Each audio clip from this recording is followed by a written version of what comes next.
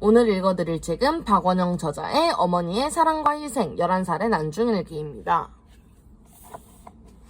박원영, 학력 춘천중고등학교 졸업, 성균관대학교 경제학과 졸업, 고려대 연세대 경영전문대학원 수료, 경력 금성사 마케팅 본부장, 희성금속 및 금성정밀 상무이사, 바른손카드 사장, 강진물류 전국통운 사장, 동아전기 사장, 현재 유경 경영자문 상임 고문.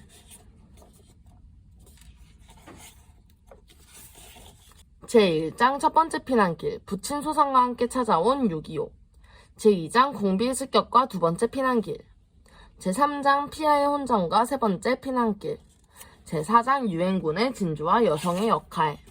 첫 번째 피난길. 제1막 전쟁의 시작과 그들의 야욕. 1950년 6월 25일 새벽 6시. 이날도 평소와 다름없는 시간에 일어나 형님과 함께 빠른 걸음으로 뒷산에 올라 가쁜 숨을 몰아쉰 뒤 천천히 국민보건체조를 했다. 산에 올라 힘차게 야호를 외쳤으나 소양강 건너는 평화지대라 메아리는 다시 돌아오지 않았다. 저 멀리 붉게 떠오르는 아침 햇살을 황홀하게 바라보다가 한편으로는 소양강의 아름다운 경치와 유유히 흘러가는 말없는 물결을 하염없이 바라보며 잠깐 엉뚱하고 바보 같은 생각에 잠겼다. 저렇게 많은 물이 매일 흘러 바다에 이르면 바다가 넘쳐 육지를 덮쳐오지 않을까? 그리고 짠 바닷물이 민물로 변해버리면 물속의 생물들은 숨이 막혀 다 죽지 않을까? 엉뚱한 상상을 하며 혼자 웃고 있는데 멀리서 대포 쏘는 소리가 들리기 시작했다. 형님께서 왜 갑자기 포 쏘는 소리가 들리지? 하면서 야 뭘 미친 사람처럼 혼자 웃고 있어 하고 재촉하는 바람에 놀라 쏜살같이 집으로 뛰어내려왔다. 이날은 아버님께서 돌아가신 지 만 1년이 되는 소상일이다. 우리 가족은 평상시보다 조금 일찍 일어나 이불을 개고 청소하고 손님 맞을 준비 겸 각자 맡은 바 일에 열중하며 정리정돈을 맞춰가고 있었다. 그런데 창문을 열고 환기를 하면서 내다보니 포성이 점점 가까워지는 게 아닌가. 연이어 신장로에서는 자동차 소리가 시끄럽게 들려왔고 벌써 피난민들이 조금씩 보이기 시작했다. 우리 집은 소양로 일가 큰 길가에서 20-30m 떨어진 곳에 위치해 있었고 앞마당도 넓어 도로에서의 움직임을 다 볼 수 있었다. 궁금하여 길가로 나가보니 벌써 군트럭들이 병력을 가득 태우고 트럭 꽁무니에는 대포를 단 채 연속적으로 흙먼지를 날리며 소양강 다리를 향해 달려가고 있었다. 신장로에는 철모를 나무 와플로 위장한 채 총을 맨 군인들이 길 양쪽으로 일일 종대로 걸어가고 있었다.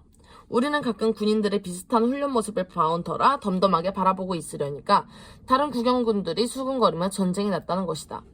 내가 어린 마음에 무턱대고 뒤에 따라 걸어오는 장교를 보고 아저씨 무슨 일이죠? 하고 소리쳐 물었다. 그랬더니 북쪽에서 전쟁을 일으켜 남쪽으로 쳐들어오고 있으니 얼른 집에 가서 부모님 말씀 잘 듣고 얌전하게 기다리고 있어 라는 대답이 돌아왔다. 나는 바로 집으로 돌아와 장교 아저씨의 이야기를 모친께 전해 들었다. 뭐 전쟁? 누가 쳐들어온다던? 북한에서 남한을 상대로 전쟁을 일으켰나봐요. 뭐야, 큰일 났구나. 그래서 포성이 들렸구나. 일을 어쩐담? 얼른 사무실에 가서 공장장 아저씨 출근하셨나 보고 와라. 모친의 말씀을 듣고 나가보니 아직 일러서인지 공장장 아저씨는 보이지 않았다. 우리는 할 수 없이 부친 소상을 부랴부랴 간소하게 미리 치른 후 아침밥을 허겁지겁 먹고는 불안 속에서 점점 가까이 들려오는 포성과 함께 라디오 방송에 귀를 기울이면서 나는 혼자 생각에 잠겼다. 도대체 전쟁이란 무엇이며 왜 발생하고 앞으로 어떻게 전개되며 그리고 어떻게 대처해야 한단 말인가? 나는 그때 당시 11살이었다. 처음 겪어보는 상황이다 보니 참으로 막연하고 불안하기 그지없는 판국이었다. 전쟁의 참화를 겪어보지 못한 사람들은 나처럼 책이나 영화에서 그냥 활동사진으로 보고 즐겁거나 슬픈 사연을 느끼는 정도였는데 경험 없는 이번의 전쟁은 너무 무섭고 황당한 사건이었다. 정든 집을 떠나 피난을 가야 한다니. 피난 상황은 관청의 라디오 방송과 눈으로 보는 현재 상황뿐. 안내나 인도도 없었다. 그저 남쪽 방향으로 가라는 말뿐이었다.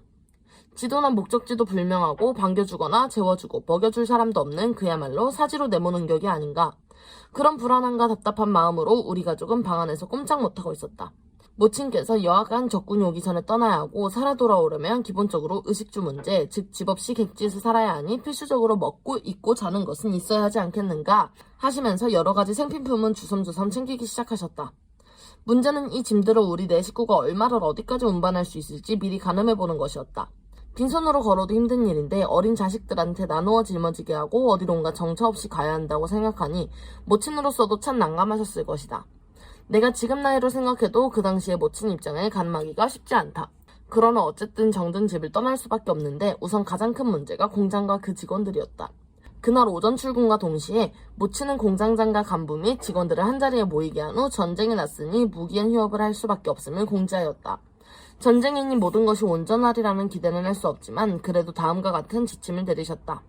첫째, 완성품은 지하창고에 보관하고 원재료는 한 곳으로 모아 커버를 덮어 놓아주세요. 둘째, 기계 설비도 되도록 커버로 덮어놓고 전기는 모두 뽑아주세요. 셋째, 사용하던 모든 공구와 부자재들은 박스에 각각 담아 한 곳에 비치해주세요. 넷째, 창문은 물론 환기구도 모두 닫고 잠가주세요. 이상과 같이 당부하신 후 얼마간의 용돈을 나누어 주시고는 꼭 살아 돌아와 반갑게 다시 만나자고 당부하셨다. 모친께서는 입구에 서서 그분들과 일일이 악수를 나누고는 힘없이 돌아서서 눈시울을 적셨다. 직원들도 전쟁의 공포와 불안에 차 어이없는 얼굴로 하늘을 쳐다보며 장탄식을 하면서 돌아나갔다. 사실은 그때 벌써 내 고향집에 있는 옥산포에서 전투가 벌어진 상황이었다. 탱크와 비행기가 없었던 국군은 탱크로 무장한 북한군에게 여지없이 무너져서 저녁 무렵 우두산에 있던 지휘부를 봉이산으로 이동하고 소양강을 경계태세로 전투태세를 갖추었다고 한다. 26일 새벽에는 우두산에서 치열한 전투가 전개되고 뒤이어 소양강 다리를 사이에 두고 다시 치열한 전투가 벌어졌다. 그런 와중에 춘천고, 춘천농고, 춘천사본고 학생들이 선생님의 지도 아래 훈련용 목총을 들고 자발적으로 학도병으로 참전하거나 군을 도와 포탄을 나르고 부상병을 치료하였다. 한편 우리 제사공장 여공들은 26일부터 휴업에 들어갔는데도 불구하고 집이 가까운 직원들은 남아서 주먹밥을 만들어 군인들과 학생들에게 제공하였다 하니 참으로 기특하고 놀라울 뿐이다. 사실 우리에게 친숙한 주먹밥은 예나 지금이나 국민들은 물론 전쟁 중에도 하나의 필수품이었으며 전쟁이 났을 때에는 임금과 왕비, 병사 가릴 것 없이 주먹밥을 먹었다. 6.25 전쟁 때 군인들이 참호에서 먹던 밥도 주먹밥이다. 지금은 다양한 모양과 맛 그리고 영양을 자랑하지만 전시에는 후방에 있는 취사장에서 병사들이 김과 밥 그리고 단무지와 소금으로 주먹밥을 만들면 민간인 지게 부대가 전투 현장까지 주먹밥을 날랐다. 고지를 빼앗고 빼앗기는 공방전 속에 전투의 승패를 좌우한 것도 주먹밥이었다는 증언도 있다. 민간인 지게 부대가 주먹밥을 충분히 배달하면 전투에서 이겼고 보급이 제때 이루어지지 못하면 전투에서 패했다는 것이다. 왜냐하면 전투가 계속되는 상황에서 며칠 동안 주먹밥 한 개, 물 한 모금 마시지 못한 상태에서는 체력이 소진돼 싸울 수가 없었기 때문이다.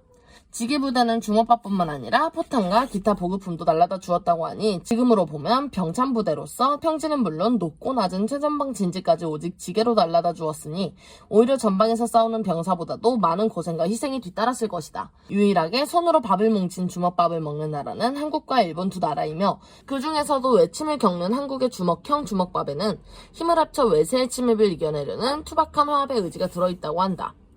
한편 우리 가족은 아직 갈피를 못 잡고 바깥쪽에 피난민 물결만 내다보고 있었는데 그때 갑자기 고막이 터질 것 같은 폭음과 함께 창문이 흔들렸다. 가족 모두가 토끼처럼 놀라 숨죽이며 창 너머로 겨우 밖으로 훔쳐보니 사람들이 웅성거리며 뛰어가는 모습이 보였고 많은 사람들이 피난 가는 모습도 눈에 띄었다. 나는 겁도 났지만 위험도 모르고 호기심에 견딜 수 없어 살그머니 밖으로 나가 사람들이 몰려가는 곳으로 따라보았다. 우리 집에서 70-80m 거리에 있는 병원 앞마당에 큰 구멍이 파이고 병원 입구, 문과 벽, 창문은 박살나서 엉망이었다. 세상에 무엇인지 모르지만 하늘에서 소리 없이 날아와 이렇게 큰 구덩이를 만들고 주변을 박살내 놓다니 이거 한 방 맞으면 형체도 알아볼 수 없이 날아가겠구나 하는 생각이 들었다. 겁에 질려 집으로 쏜살같이 돌아와 식구들에게 본대로 이야기하니 모두 사색이 되고 말았다. 그때 다시 뒷산에 또 한 방의 포탄이 떨어지는 소리가 들렸다. 우리들은 모두 놀라 이불 속에 숨어 얼굴만 내민 채 모친의 얼굴만 쳐다보며 공포에 휩싸이기 시작했다. 곧이어 주민들의 아우성이 커지면서 너도 나도 뛰쳐나오는 바람에 큰 길가는 금세 피난민들의 행렬로 가득 찼다. 아마도 소양강 이남 건너편에서 방어선을 구축하기 시작한 아군과 포대를 향해 쏜 것이 분명한데 빗나간 모양이다. 우리 집은 다리에서 200m 정도 떨어진 거리에 있으니 곧바로 포격 대상이 될 수밖에 없었다. 아유 저런 쳐죽일 놈들. 군시설이나 기지도 아닌 민가에 무차별적으로 포를 쏘아 양민의 재산과 인명을 빼앗기고 부산을 입히다니.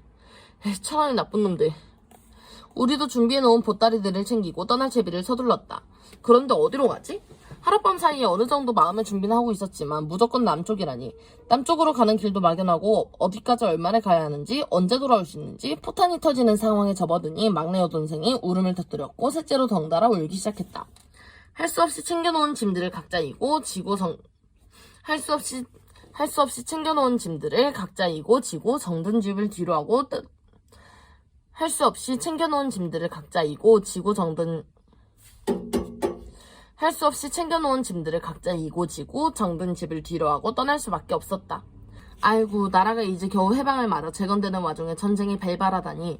행정이나 치안은 마비되고 누구 하나 국민들을 올바른 방향으로 지도 통제할 기관이나 사람이 없었으니 세상에 태어나서 이렇게 황당무계한 일이 또 있을까?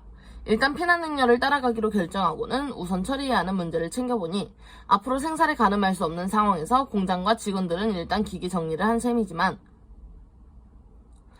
얼음으로 가득 찬 얼음창고, 기계시설 그리고 집기들, 그간의 지중지 보관해오던 귀중품이며 옷가지, 가재도구, 아버님 회사, 서류, 사진, 책들과 식량 및 모층 등이 매일 닦고 수십 년을 보존해온 시간장이며 장독들을 비롯하여 몇 년간 함께 지내던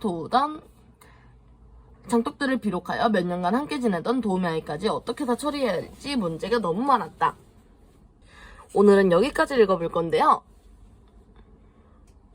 7, 80년대 세대에게는 당시 추억을 더듬어보고 청장년 시대에게는 부모님에 대한 효심을 일깨워주며 20, 30대 세대에게는 국가에 대한 정체성을 알려주는 박원현 저자의 11상의 난중일기 어머니의 사랑과 희생. 재밌게 보셨다면 좋아요, 다음 내용이 궁금하다면 구독, 알림 설정까지 부탁드려요. 그럼 다음 영상에서 만나요. 안녕.